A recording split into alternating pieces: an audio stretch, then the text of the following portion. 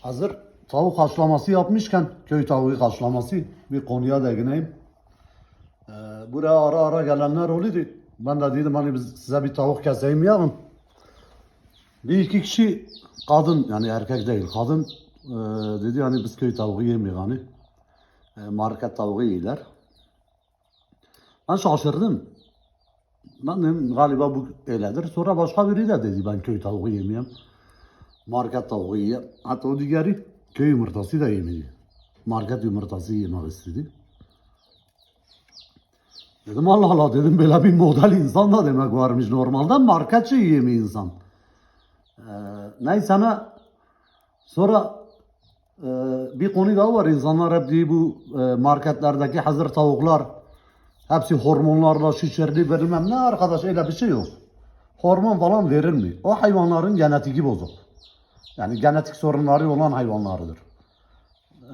45 günde 2 kilo olan kesime gelen hayvanlar obezite hastalığından muzdarip hayvanlardır. Onları hep birbiriyle çiftleştirmişler. En son bir et ırkı elde etmişler. Etlik tavuk ırkı. Onlar yolda bile yürüyemiyorlar. Size bu olayı nasıl anlatayım? Bir çocuğun 4 yaşına basınca 20 kiloya ulaştığını düşünün. Aynı öyle. Yani onlar hala daha 45 günlükken, civcivken yetişkin bir tavuğun kilosuna ulaşırlar. Obezdirler, yani hastadırlar. Şişmanlık hastalığı, obezite. Sizin marketten alıp yediğiniz etlik tavuklar aslında civcivdir. Yani siz civciv yiyorsunuz, tavuk yemişsiniz. O yüzden eti çok yumuşaktır. Civciv olduğu için. O hayvanlar yolda bile yürüyemiyor. Yani onu hormonla öyle yapmasına gerek yok. Onu açık da besle o çok çabuk kilo alıyor. Zaten yolda bile kolay kolay yürüyemeyen hayvanlardır. Yani adım bile atamıyorlar. Niye? Hala civcivdir, kemikleri gelişmemiş. 2 kiloluk bir vücut ağırlığı yüklemiş o bacaklara, o kemiklere. Zaten onları kebap ettiğinizde o kemikleri de çat diye kırılır. Kediler bile yiyebiliyor o kemiği. Yani kemik bile gelişmemiş hala civcivde.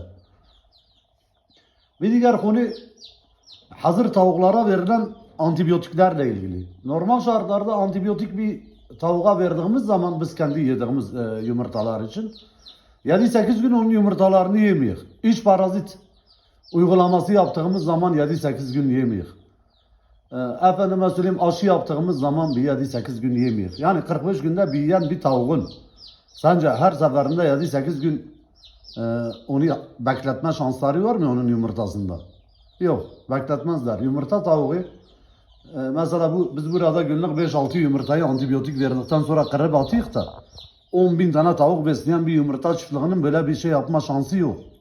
Yani o adam ne yapacak günde 10.000 tane yumurtayı telef mi edecek? İflas eder gider. O yüzden tavuklarda mesela tavukların aldığı antibiyotikler, ilaçlar tavukların yumurtasına da geçiyor. Hastalıklar, her şey tavuğun etine ve yumurtasına da geçer. Tavuk öyle bir canlıdır. İnsanlar da hayvanların kullandığı antibiyotikler genel anlamda mantık olarak aynıdır. Yani önüne çıkan her şeyi yok ettir. Antibiyotik kullanmış bir çiftlikten alınan yumurtaları tüketen insanlar o antibiyotiki yumurtadan kendisi de almış olur. Kendisi aldığında ne olur? Vücudu antibiyotiğe karşı direnç geliştirmeye başlar. Geniş spektrumlu antibiyotikler özellikle kullanılmışsa o insanın bağışıklık sistemi antibiyotiğe karşı direnç geliştirmeye başlar. Hazır tavuk, hazır yumurta, bu gibi şeyleri çok yiyen insanları dikkat edin, hastalandıklarında kolay kolay iyileşmiyorlar. Antibiyotik bile fayda etmiyor. Yani basit antibiyotikler fayda etmiyor. Daha ağırını kullanmaları gerekiyor. Velhasıl kelam, anlatacaklarım bu kadar. Konuyla ilgili sorusu olan varsa yorumlarda sorsun. Bu konuya hakimim. Elimden geldiğince cevap veririm.